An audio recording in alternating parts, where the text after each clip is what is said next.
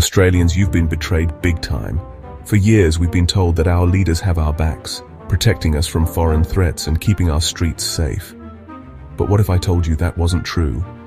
What if I told you that while you were paying taxes and trusting the system, the government turned a blind eye to shocking warnings? Warnings that let a rogue regime spread fear, violence, and hatred right here in Australia. The coalition just tore shreds off Prime Minister Anthony Albanese live on air, and what was exposed left him stunned, speechless, and scrambling. We're talking about ignored intel, fiery accusations, and a failure that has put Jewish Australians in the crosshairs. And believe me, this is only the beginning. Stay with me because the most explosive revelation is still to come. Quick question before we dive in. Where are you watching from? Drop your city in the comments. I'd love to see how far across Australia and the world this conversation reaches. The scandal starts with leaked intel from ASIO. According to a confidential briefing whispered to insiders at Parliament House, Iran orchestrated at least 2 violent anti-Semitic attacks on Australian soil. These weren't random acts of vandalism. They were calculated strikes, extraordinary acts of aggression, carried out through a twisted web of proxies. Encrypted apps, criminal cutouts, hired thugs. This wasn't your average street crime. Synagogues were firebombed while families prayed inside. People could have been killed. And behind it all, Iran's Revolutionary Guard, pulling strings from thousands of kilometers away. And here's the kicker. Taxpayers footed the bill for investigations that could have been prevented. For years, Jewish and Persian communities pleaded for action. They warned of threats, begged for protection. But instead of standing tall, Albanese's government sat on its hands for more than 2 years.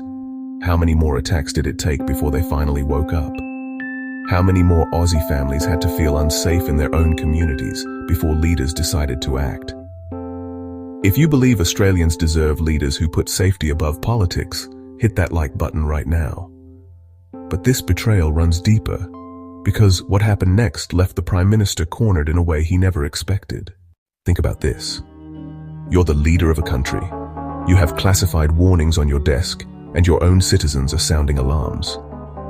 What do? Well, in this case, nothing. For over 2 years, pleas from Jewish and Persian communities piled up, ignored. Investigations were delayed, and threats went unchallenged. Instead of decisive action, there was silence. It wasn't just incompetence, it felt like indifference. And when the firebombings finally happened, the outrage boiled over. People asked, how many warnings did you need? How much evidence before you acted? And then came the moment no one expected. In one of the most fiery live TV interviews of recent years, Coalition MP Julian Leeser absolutely tore into Albanese. This wasn't political theatre. It was an ambush of truth that left the Prime Minister visibly rattled. Leeser didn't hold back. He accused Albanese's government of creating the very conditions that allowed these attacks to happen. And then came the line that cut like a knife. There is a direct line between the government's position at the United Nations changing our votes and abandoning Israel and the arsonist's fuse here. Boom! A direct link. The government's flip-flopping on Israel at the UN, Leeser argued, sent a signal of weakness. A signal that emboldened extremists to torch sacred sites like the Addis Israel synagogue, where families were inside. Imagine sitting in that synagogue, praying with your children, when flames lick the walls outside. That's the reality that Albanese's inaction created. Leave a comment if you think politicians should be held personally accountable when their decisions put lives at risk. But here's the part that stunned even seasoned insiders. There was evidence that the government knew more than it admitted.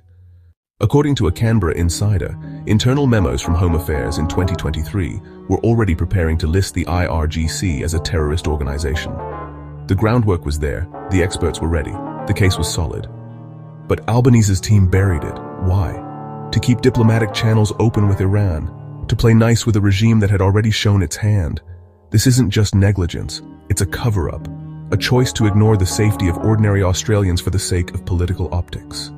Every day that passed without action was another day Jewish Australians lived in fear. Another day where Iran's network could tighten its grip. If you think cover-ups like this should mean resignations, drop resign in the comments. And here's where it gets even darker. This failure wasn't just on Albanese. It's part of a timeline of ignored warnings that stretches back years. To understand how deep this failure goes, we need to rewind. Remember Kylie Moore Gilbert, the Australian academic held hostage by Iran for years. When she was finally released, she blasted the hypocrisy. In a leaked post, she wrote, "I was taken hostage by the IRGC and brought home under the coalition. Not a single sanction has ever been applied over my wrongful arrest." In other words, both sides of politics failed.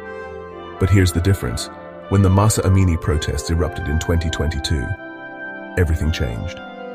Tens of thousands of Iranian Australians marched in fear, warning of spies and cutouts operating in their midst. ACO Chief Mike Burgess sounded the alarm. He spoke of a layer cake of cutouts, linking Tehran directly to local crimes, and yet the embassy stayed open. Diplomats smiled for cameras, while extremists planned attacks behind encrypted apps. It all came crashing down only after ACO's Monday bombshell. That's when Albanese's government finally expelled the Iranian ambassador, with diplomats fleeing Tehran in the dead of night. Drop a fire emoji in the comments if you think this timeline proves how badly we've been failed. And once the truth was out, the fallout in Canberra was immediate and brutal. The coalition went on the attack, demanding resignations at the highest levels. Lisa fumed that Albanese's seal-dragging nearly got Australians killed. Jewish groups demanded a royal commission into foreign interference. Public protests erupted in Sydney and Melbourne, with thousands calling for accountability. Even the Greens and the crossbench slammed the government's hypocrisy. And inside Labour, backbench MPs seethed with anger, furious that a $400 million Nauru deportation deal was being used as a distraction, while real threats were ignored. Polls began to show Albanese's approval ratings tanking. The whispers of leadership challenges grew louder. If you think Albanese's time as Prime Minister could be running out, hit subscribe right now so you don't miss what happens next. Because the consequences of this scandal go far beyond politics. They could reshape Australia's future. Here's what's on the line. If this scandal deepens, analysts predict a coalition landslide at the next election. Albanese's credibility on national security, the one thing no leader can afford to lose, is shattered. Meanwhile, ASIO is still hunting a third arsonist, a figure who, if captured, could blow the lid off Iran's entire Australian network. Imagine what happens if the full extent of that network is exposed. And beyond politics, there's something bigger. Trust. Trust in leadership. Trust in security. Trust that our government will protect us from foreign threats, not enable them. Drop a comment. Should Albanese resign now or fight this out? I want to hear what you think. But before we wrap up, there's one more truth that mainstream media won't tell you. At the heart of this scandal is one undeniable fact. Australians were betrayed. Our leaders had the intel, they had the warnings, they had the power to act, and instead they hesitated. They played politics. They kept quiet.